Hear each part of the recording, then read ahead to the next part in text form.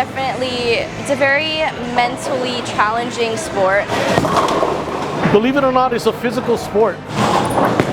You know, like any other sport, it takes a lot of balance, it's a lot of coordination. I'm currently on my 7th year of bowling. It's fun. Last year, we ended up winning the state championships. It's been an adventure. This is my first full year of bowling now. I am the only girl for Westview, and I have found such a great community with bowling.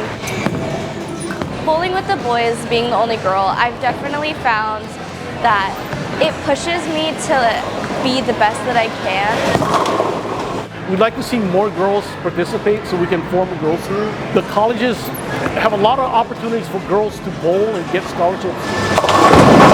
Surprisingly, bowling has been the only sport that I've been able to find a great community in and feel welcomed. With bowling, even though it's a competitive sport, you can find a lot of great people to be friends with.